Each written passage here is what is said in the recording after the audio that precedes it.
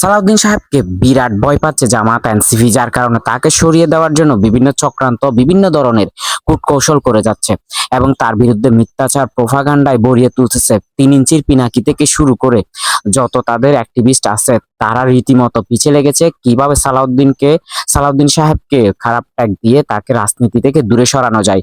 এর অন্যতম কারণ হচ্ছে সালাউদ্দিন সাহেব এখন তাদের জমে পরিণত হয়েছে।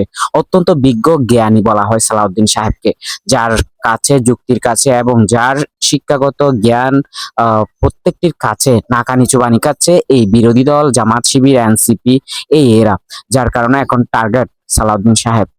সালাউদ্দিন সাহেব, উই কিপ উইথ ইউ। আমরা আপনার সাথে আছি সবসময়। আপনার কোনো ভয় নেই এবং দেশবাসী এইসব চক্রান্ত থেকে এবং কূটকৌশল প্রোপাগান্ডা থেকে সচেতন হন।